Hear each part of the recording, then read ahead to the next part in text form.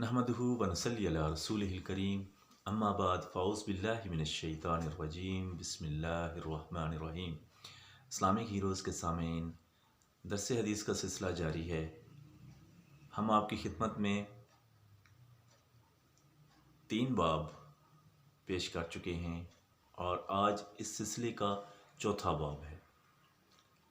नाज़रीन, यहाँ मैं आपको ये बात बताना ज़रूरी समझता हूँ कि ये जो 4 बाब हैं, ये इमाम अबूल हुसैन मुस्लिम बिन हज्जाज अल कुशैरी रहमहुल्लाह ने मुस्तनद रावियों से रवायत करना और झूठे रावियों को तर्क करना वाजिब है के सिलसिला में बयान किए हैं। यानी इसमें हदीस की सनद का उसलूब सिखाया गया है कि मुस्तनद रावियों से लेनी है और गैर मुस्तनद रावियों या झूठे रावियों को तर्क करना वाजिब है। इस सिलसिला में हमने पहला बाब पढ़ा, सुना, नबी अकरम सल्लल्लाहु अलैहि वसल्लम की तरफ झूठी बात मंसूब करने की शदीद मज़म्मत। और दूसरा बाब इस सिलसिले में था हर सुनी हुई बात को आगे बयान कर देने की ममानियत। और इसी सिलसिले का जो तीसरा बाब हमने आपकी खिदमत में पेश किया, उसमें ज़ईफ़ रावियों से रवायत करना मना है और रवायत को याद रखने और नकल करने में एहतियात बरती जाए। तो नाज़रीन, इस सिलसिले का आखिरी बाब जो आज हम आपकी खिदमत में पेश करने लगे हैं, चौथा बाब, उसका उन्वान है असनाद दीन का हिस्सा हैं और सका रावियों से रवायत नकल की जाएगी।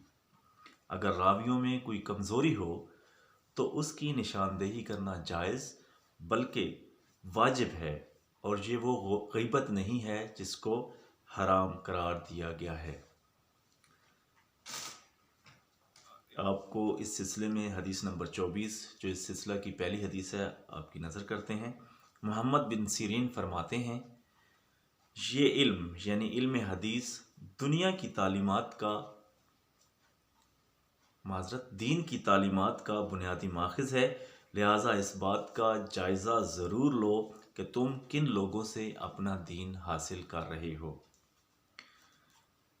इस सिलसिले की अगली रवायत इब्न सीरीन फरमाते हैं, पहले ज़माने में सहाबाए कराम व ताबईन अज़ाम इसनाद के बारे में तहकीक नहीं किया करते थे, लेकिन जब फितने पैदा हुए तो अहले इल्म ने यह तहकीक करना शुरू कर दी और कहने लगे, हमें अपनी सनद के रावियों के बारे में बताओ।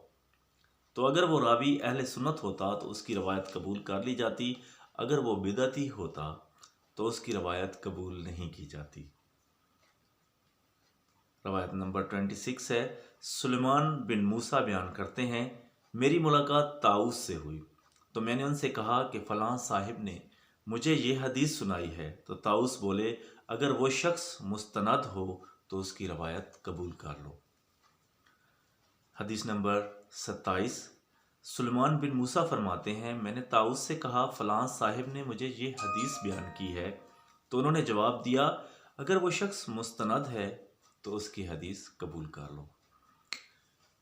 रवायत नंबर 28, अबू ज़नाद अपने वालिद का ये बयान नकल करते हैं, मैंने मदीना मुनव्वरा में 100 ऐसे अफराद को पाया जो सब नेक लोग थे, लेकिन उनकी रवायात को कबूल नहीं किया जा सकता था और ये कहा जाता था कि ये इसके अहल नहीं हैं। इसी सिलसिले की रवायत नंबर 29,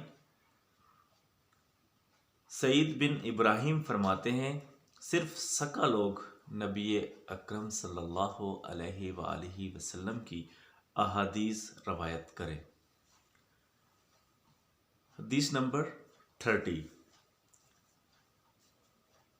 ये ज़रा लंबी हदीस है। हज़रत अब्दुल्ला बिन मुबारक रहमतुल्लाह अलैह फरमाते हैं, असनाद दीन का हिस्सा है, अगर इसनाद ना हो तो हर शख्स अपनी मर्ज़ी के मुताबिक बयान कर दे। हज़रत अब्दुल्ला रहमहुल्लाह ये भी फरमाते हैं, हमारे और दूसरे लोगों के दरमियान सुकून यानी हदीस की सनद हाइल है। अबू इसहाक़ कहते हैं, मैंने हज़रत अब्दुल्ला बिन मुबारक रहमहुल्लाह से कहा, ए अबू अब्दुर्रहमान, हदीस में मनकूल है, नेकी के बाद नेकी करने में ये बात शामिल है कि तुम अपनी नमाज के हमरा اپنے والدین کے لیے بھی نماز پڑھو اور اپنے روزے کے ہمراہ اپنے والدین کے لیے بھی روزہ رکھو۔ حضرت عبداللہ رحمہ اللہ نے دریافت کیا، اے ابو اسحاق، یہ روایت کس سے منقول ہے؟ میں نے کہا شہاب بن خراش سے۔ حضرت عبداللہ بن مبارک رحمہ اللہ نے کہا قابل اعتماد ہیں، انہوں نے کس سے روایت کی؟ میں نے جواب دیا حجاج بن دینار سے۔ عبداللہ بن مبارک نے کہا یہ بھی قابل اعتماد ہیں، انہوں نے کس سے روایت کی ہے؟ میں نے جواب دیا نبی اکرم صلی اللہ علیہ وآلہ وسلم کے حوالے سے نقل کی ہے۔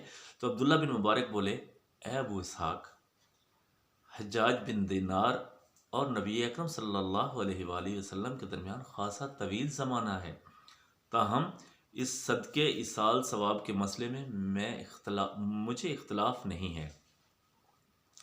عبداللہ بن مبارک نے ایک بار پھر بھرے مجمع میں فرمایا، عمر بن ثابت کی روایت کو ترک کر دو، کیونکہ یہ اسلاف کو برا بھلا کہتا ہے۔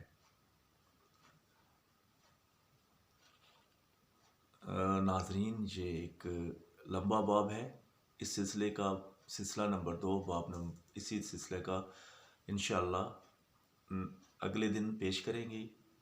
اب تک کے لیے جو پیش کیا ہے اسے دوستوں میں بھی شیئر کریں اور خود بھی سنیں۔ جزاک اللہ خیرہ و احسن الجزا۔